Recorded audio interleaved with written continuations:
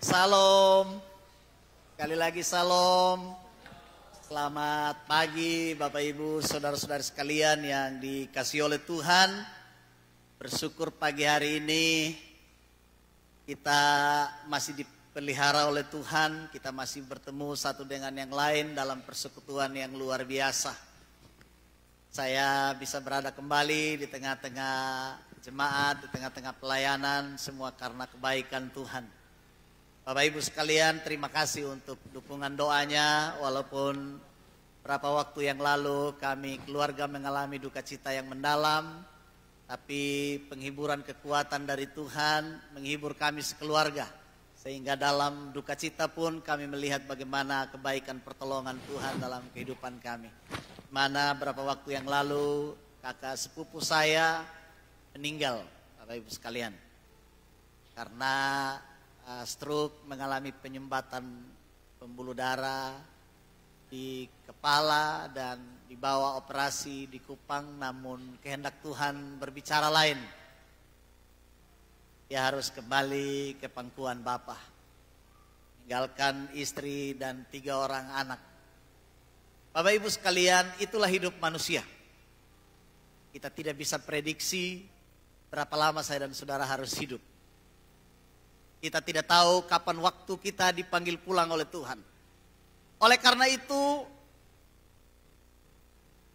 kita boleh belajar bahwa kesempatan hidup ini adalah kesempatan yang sangat berharga.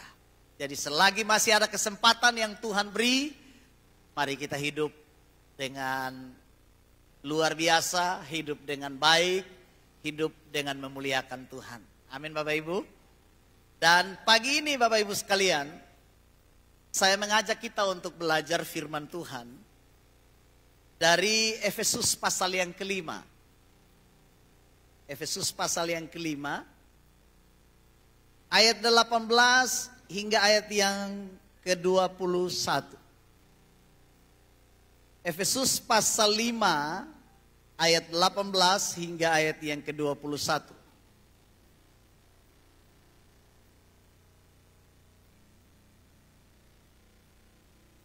Kalau sudah ketemu katakan amin. Kita akan sama-sama baca firman Tuhan. Saya baca ayat 18, kita bergantian. Perikopnya hidup sebagai anak-anak terang. Ayat 18, dan janganlah kamu mabuk oleh anggur, karena anggur menimbulkan hawa nafsu. Tetapi hendaklah kamu penuh dengan Roh Kudus. Ayat 19.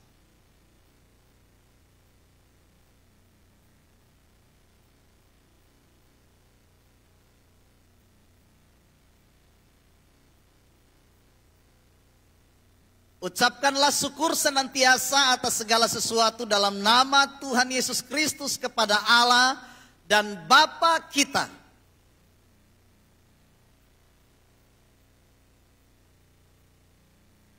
Amin buat pembacaan firman Tuhan ini.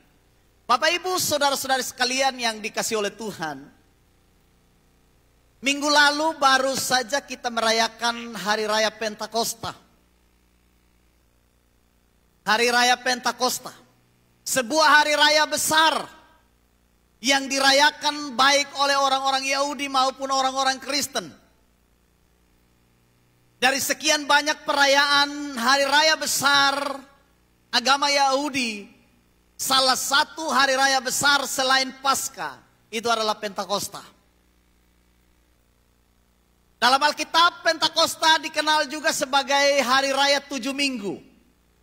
Atau hari raya panen, di mana mereka bersyukur kepada Tuhan atas hasil panen mereka.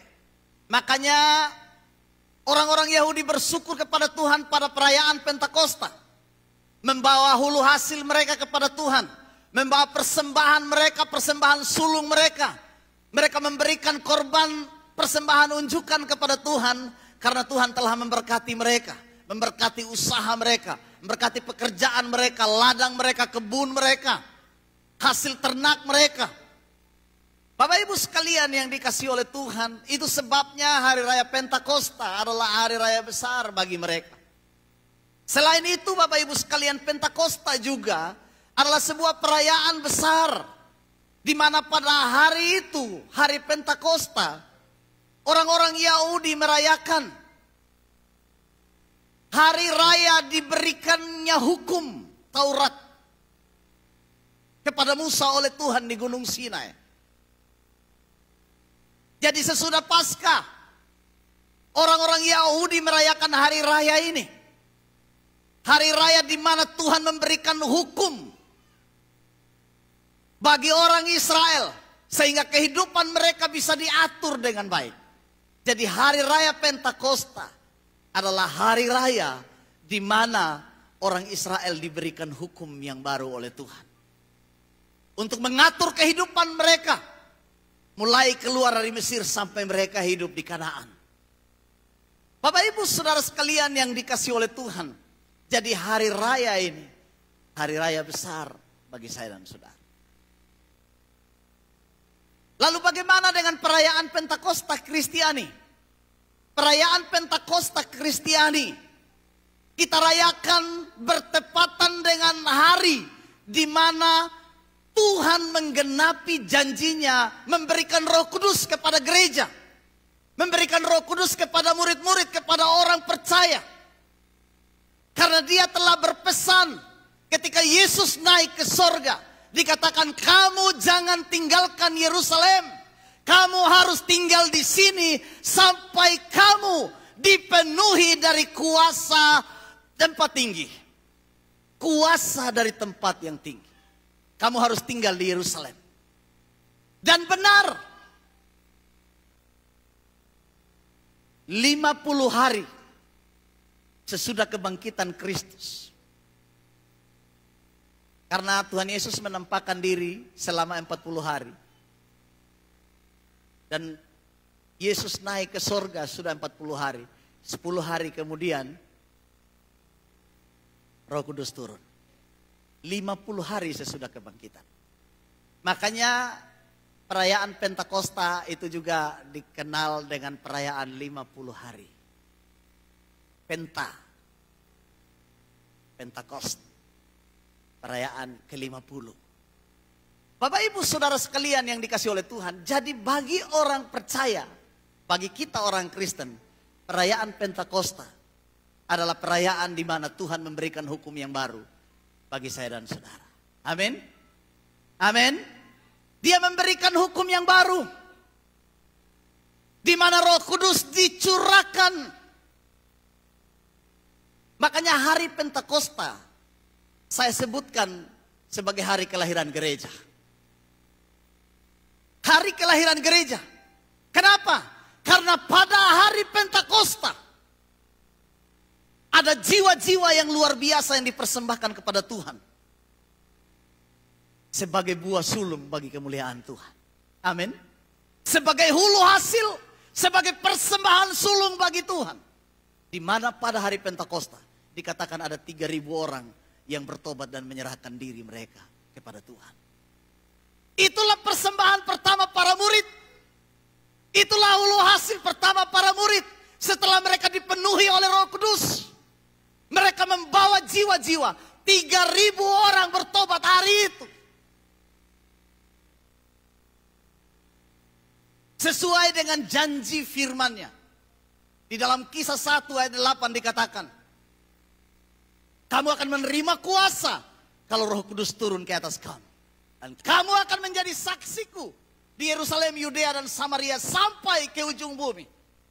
Dan benar, kuasa Roh Kudus yang memenuhi mereka pada hari Pentakosta adalah kuasa yang memberdayakan mereka, yang memampukan mereka untuk bersaksi, untuk berkhotbah, untuk memberitakan Injil, sehingga banyak orang yang diselamatkan oleh Tuhan sesudah hari Pentakosta itu. Makanya Bapak Ibu kalau baca kitab Kisah Para Rasul, kita lihat di situ. Dari 120 orang murid yang berkumpul, 3.000 bertobat, naik jadi 5.000, jadi 6.000. Ada pelipat gandaan jiwa-jiwa di sana.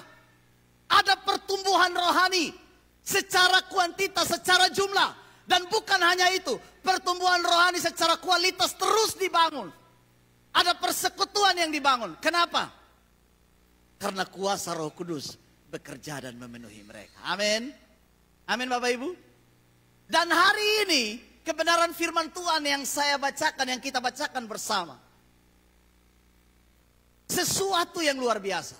Janganlah kamu mabuk oleh anggur, tapi hendaklah kamu penuh dengan Roh Kudus. Amin Bapak Ibu. Amin. Menjadi orang-orang Kristen yang memiliki produktivitas yang baik. Yang memiliki kualitas kerohanian yang baik. Firman Tuhan berkata, hendaklah kamu penuh dengan Roh Kudus. Penuh dengan Roh Kudus di sini artinya saya dan saudara dikuasai. Kita dipimpin oleh Roh Kudus. Roh Kudus tinggal di dalam hidup saya dan saudara. Makanya kata penuh dengan Roh Kudus bukan hanya sekali penuh, tapi dipenuhi terus-menerus. Dipenuhi terus-menerus. Bukan hanya sekali dipenuhi, hari ini penuh, besok tidak. Lusa penuh lagi, berikutnya tidak. Dipenuhi Roh Kudus itu artinya terus-menerus dipenuhi. Amin. Amin. Terus-menerus dipimpin, terus-menerus dikuasai. Dan tidak ada hari dalam hidup saya dan saudara tanpa dikuasai oleh Roh Kudus. Makanya di sini Bapak Ibu sekalian, kuasa Roh Kudus yang diberikan pada hari Pentakosta adalah kuasa yang memberdayakan orang percaya supaya mereka hidup, mampu hidup menjadi saksi Tuhan di tengah-tengah dunia ini. Makanya perikop kita tadi dikatakan hiduplah sebagai anak-anak terang. Hidup sebagai anak-anak terang. Salah satu ciri khas hidup anak terang itu dipenuhi roh. Katakan amin. Dikuasai roh, dipimpin oleh roh, dikendalikan oleh roh.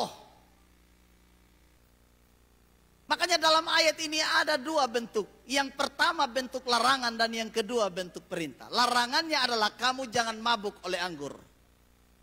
Karena anggur menimbulkan hawa nafsu. Tapi hendaklah kamu penuh dengan roh. Ini perintahnya. Bapak Ibu Saudara sekalian, apa sih makna mabuk itu? Kata atau makna kata mabuk di sini itu menunjukkan bukan hanya sekedar mabuk alkohol, bukan. Tapi kata mabuk di sini adalah segala bentuk pelarian duniawi yang menguasai hati dan pikiran saya dan saudara. Segala bentuk pelarian duniawi yang menguasai hati dan pikiran kita, menguasai tindakan kita, itu disebut mabuk. Itu disebut mabuk. Jadi mabuk di sini menunjukkan kepada saya dan saudara dikendalikan oleh semua keinginan-keinginan duniawi yang membuat saya dan saudara tidak lagi hidup dalam standar kebenaran Allah. Bapak Ibu Saudara sekalian, kalau kita mabuk oleh dunia ini, maka kita tidak akan berjalan searah dengan kebenaran. Pernahkah Bapak Ibu lihat orang mabuk jalannya lurus? Jalannya tegak aja. Tidak Bapak Ibu, orang mabuk itu jalannya agak sedikit, oleng sedikit, miring sedikit. Mabuk itu ada sesuatu yang mengendalikan saya. Dan kalau di sini mabuk dalam hubungannya dengan semua keinginan dunia yang mengendalikan kita, maka tindakan mabuk di sini menunjukkan kepada semua keinginan dunia yang mengendalikan saya dan saudara. Jadi bukan hanya mabuk peci saja, bukan. Bukan hanya mabuk anggur saja, bukan soal itu.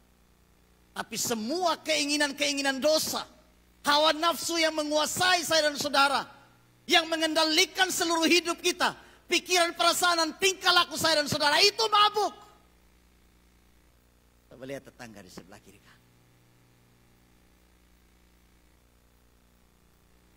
Ada baik-baik kok. Ini masih pagi. Ini masih pagi. Bapak Ibu Saudara sekalian, Paulus ingatkan jemaat di Efesus. Kamu itu anak-anak terang loh. Saya tidak bahas ayat-ayat yang dari atas. Kalau bahas ini panjang sekali. Nanti kalau ada topik yang lain lagi soal anak-anak terang nanti bisa dibahas lagi. Saya hanya ambil satu ini. Hendaklah kamu penuh dengan Roh Kudus. Jangan mabuk anggur. Sebab kalau saya dan saudara perhatikan, mabuk anggur itu menimbulkan hawa nafsu. Betul tidak Bapak Ibu? Menimbulkan hawa nafsu. Kalau kita baca di ayat yang ke-18.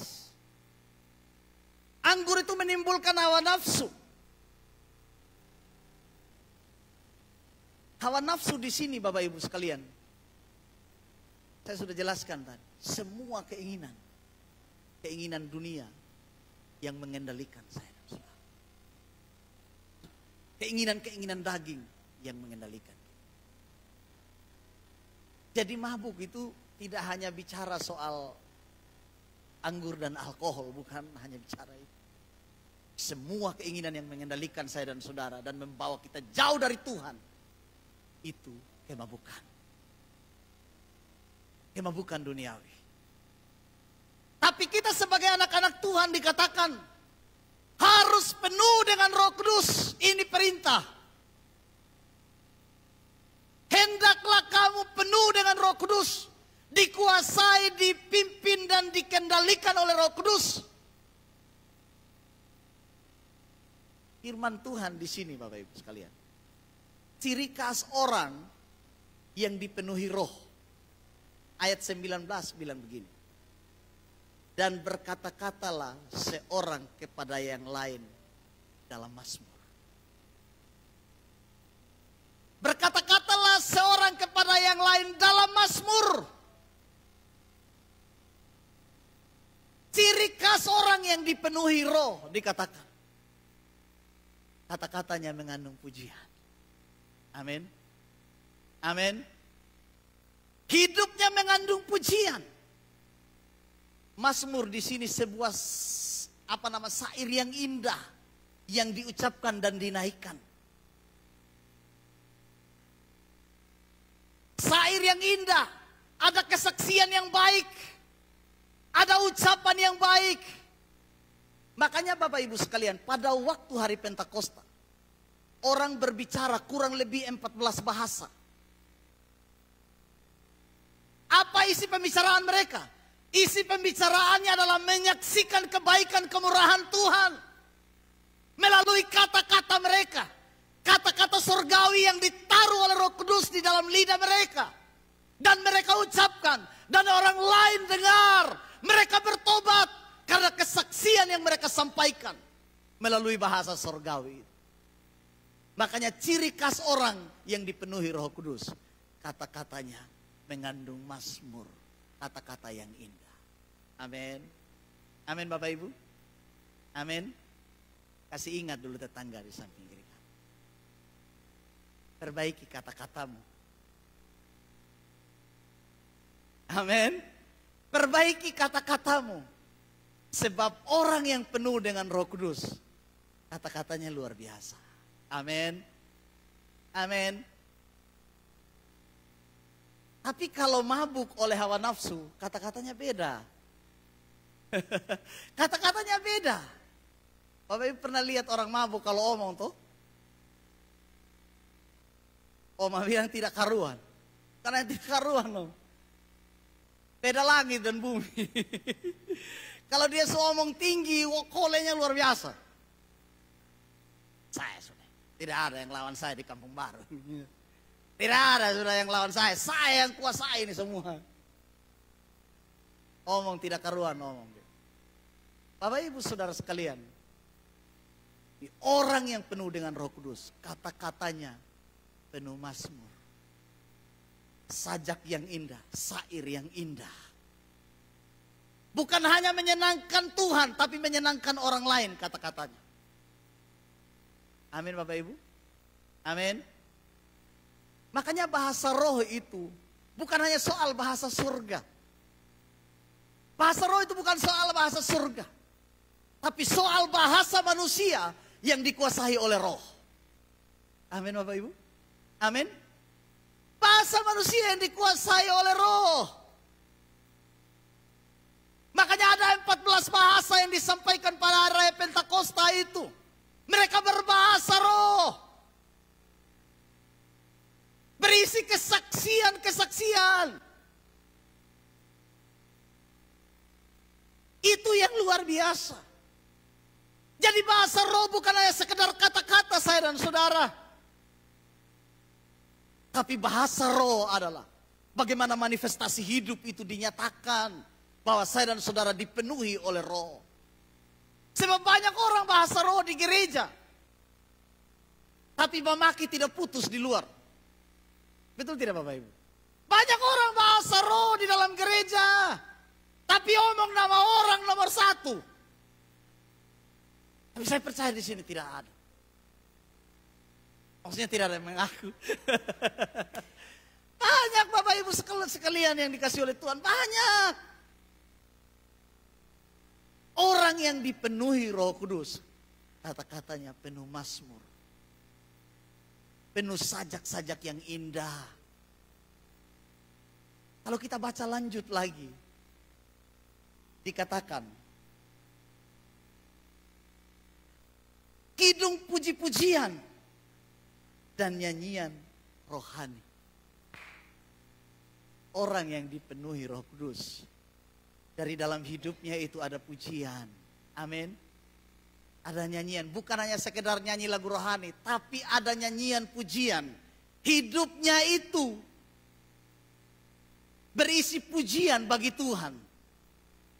Artinya begini, orang lihat hidup kita, orang memuji Tuhan melalui hidup saya dan saudara. Amin. Orang lihat hidup kita, orang puji Tuhan karena hidup saya dan saudara. Ini orang baik. Ini anak Tuhan nih baik. Luar biasa. Tapi kalau hidup kita tidak menunjukkan puji-pujian, orang bilang, tidak pernah alpa gereja ini. Tidak pernah alpa ini. Tidak pernah. Pelayanan juga tidak pernah alpa. Tapi aku lihat di hidup. Tidak ada perubahan sama sekali. Di situ letak perbedaannya. Hidup saya dan saudara tidak jadi pujian di situ. Tidak jadi pujian. Tapi orang yang dipenuhi Roh Kudus, hidupnya jadi puji-pujian bagi orang. Amin. Kau tidak bisa menyanyi pun, tapi hidup menjadi puji-pujian. Jadi bukan hanya soal lagu, saya tidak bicara lagu di sini. Tapi bicara hidup yang penuh dengan pujian bagi Tuhan. Ini beda. Beda ini. Coba lihat tetangga di sebelah kiri. Colek sedikit dan bilang, kamu beda. Beda. Hidupmu penuh pujian. Amin. Hidupmu penuh pujian. Misalnya kalau lihat Kak Nael ini, saya rasa tenang sekali.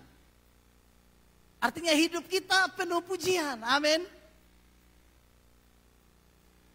Kalau saya lihat ini Kakak Diki, hidup saya tenang. Tapi jangan kita baru muncul. Minggir. Satu sudah.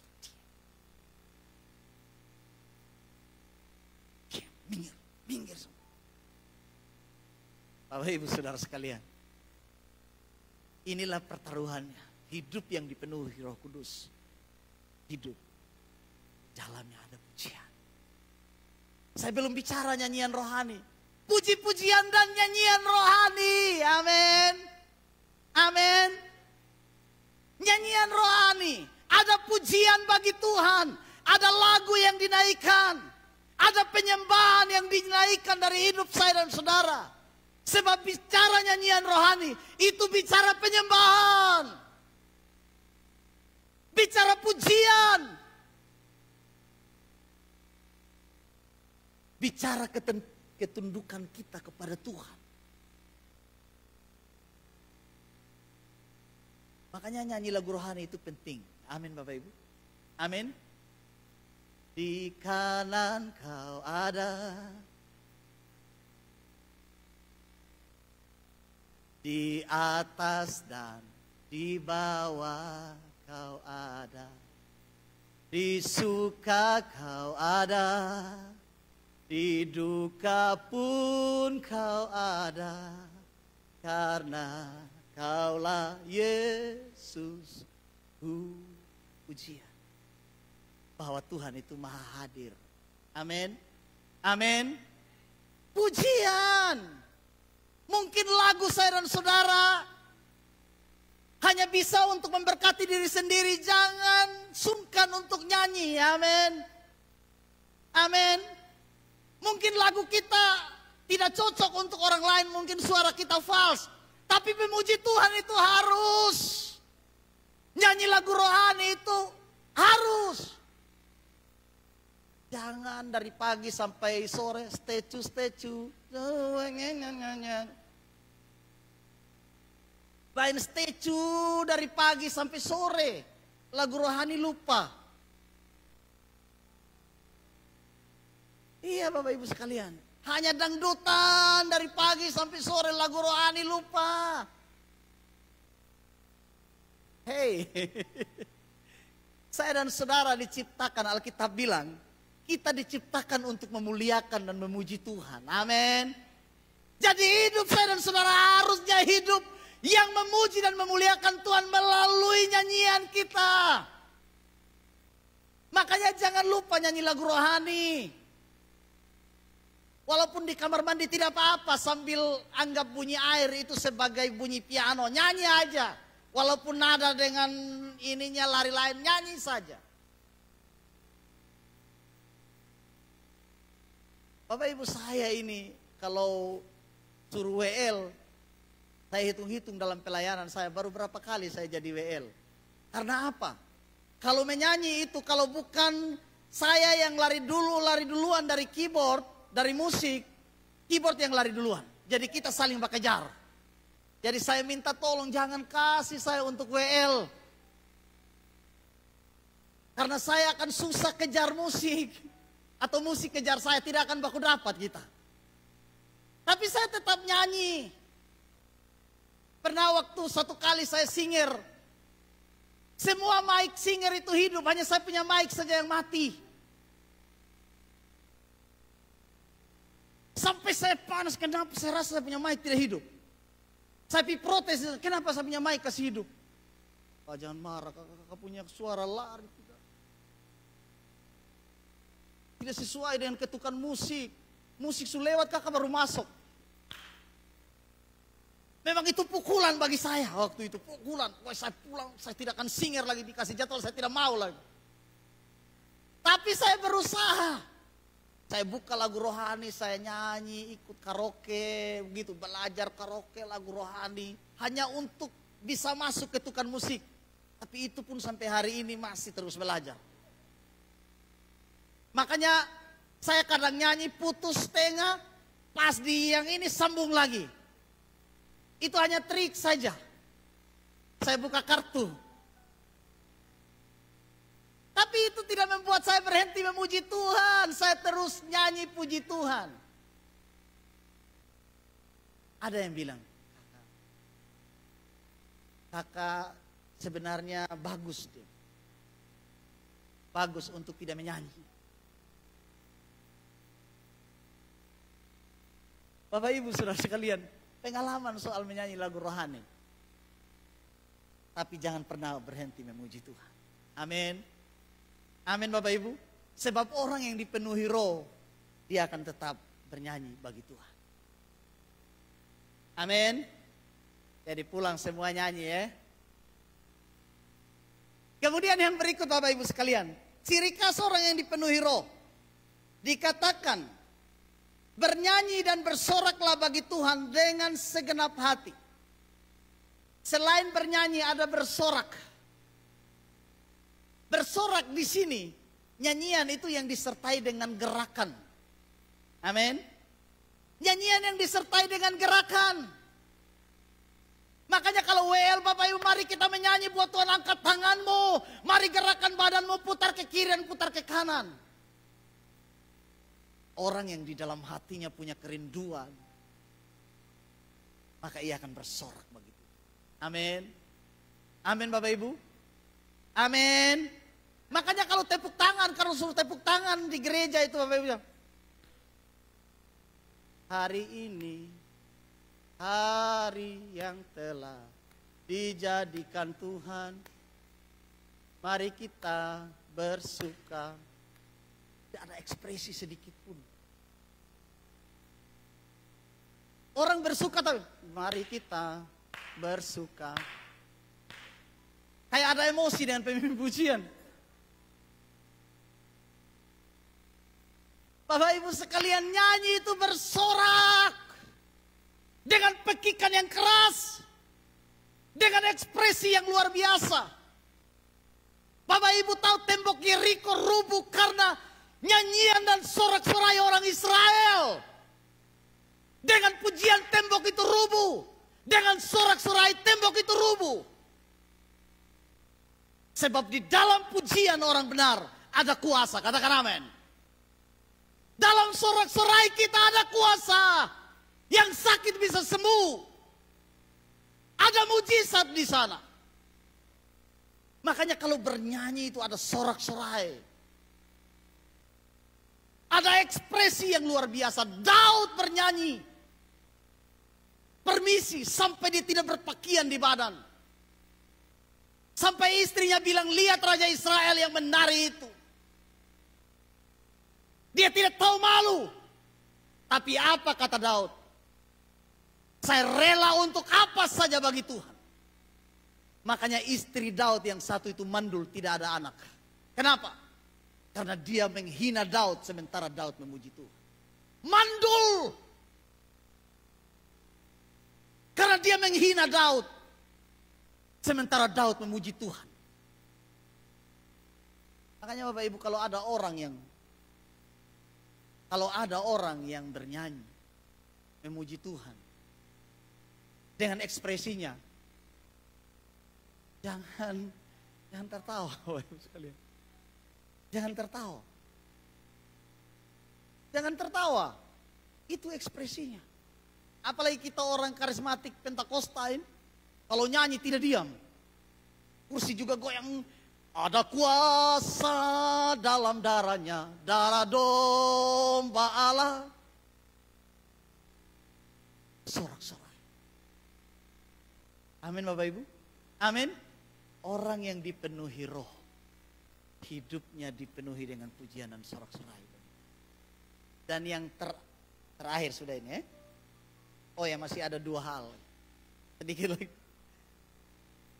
Ucapkanlah syukur senantiasa atas segala sesuatu dalam nama Tuhan Yesus Kristus kepada Allah dan Bapa kita. Orang yang dipenuhi roh adalah orang yang selalu mengucap syukur pada Tuhan. Amin. Amin. Ada ucapan syukur sebagai rasa penghargaan tertinggi kita bagi Tuhan. Buat semua berkat dan kebaikan Tuhan. Dalam ucapan syukur itu ada doa. Ada pujian. Ada syukur yang dinaikkan.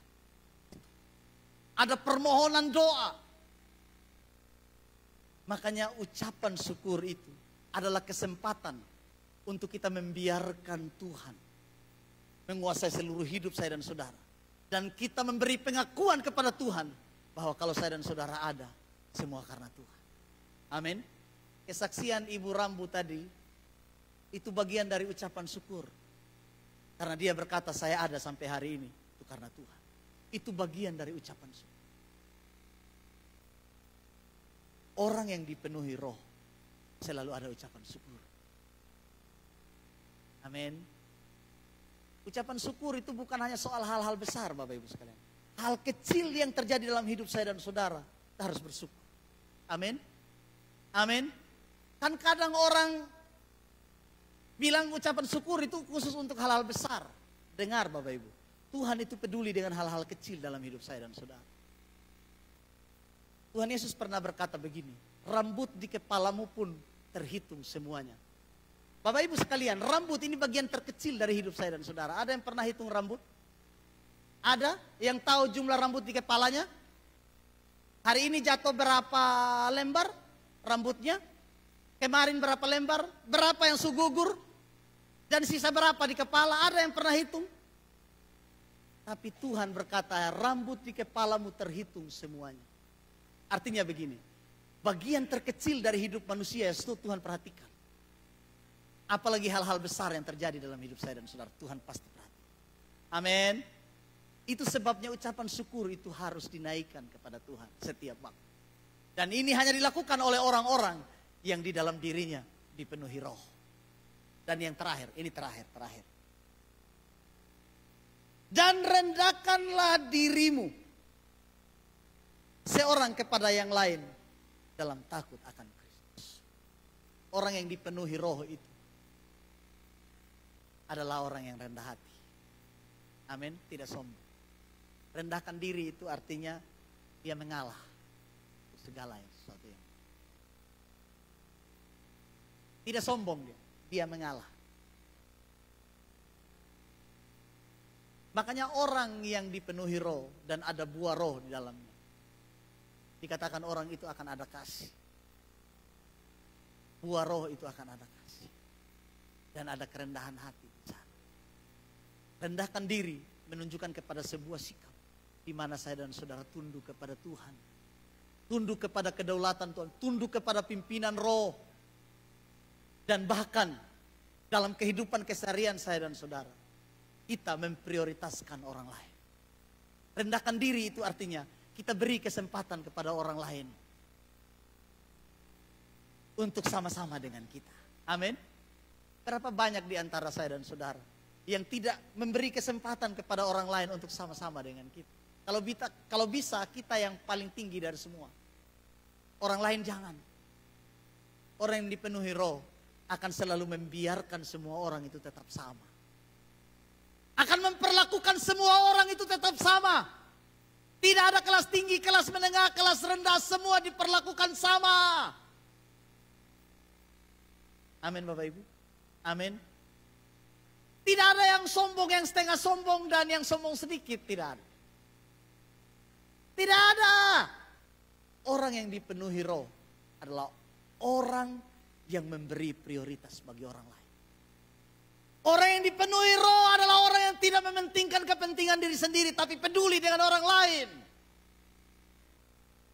Tidak menutup mata buat penderitaan orang lain. Tidak menutup mata bagi kesusahan orang lain. Tidak menutup mata bagi pergumulan orang lain. Orang yang dipenuhi roh adalah orang yang selalu peduli. Dia akan susah kalau lihat orang susah. Dia susah, dia sedih, dia gelisah kalau orang lain menderita. Hatinya tidak tahan. Hatinya iba lihat orang lain susah. Hatinya akan dipenuhi dengan belas kasih. Tanpa kau omong, dia akan mengerjakan sesuatu. Itu orang yang dipenuhi roh. Hatinya akan peka dengan keadaan. Peka dengan keadaan. Dia bisa baca situasi di sekelilingnya. Dan hatinya tidak tahan melihat kesusahan. Di dalam kerendahan hati ada sikap yang dibangun. Belas kasihan dan saling bagi, saling memberi. Itu orang yang dipenuhi. Bapak Ibu Saudara sekalian, dari kebenaran ini sebagai refleksinya bagi saya dan saudara, apakah yang menguasai kita hari ini? Keinginan duniawi atau keinginan roh?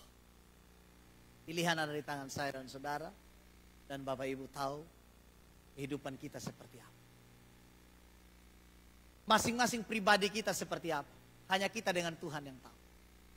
Kalau hari ini engkau masih dikuasai oleh keinginan-keinginan daging yang menjauhkanmu dari Tuhan, maka inilah kesempatan terbaik untuk saya dan saudara kembali kepada Tuhan.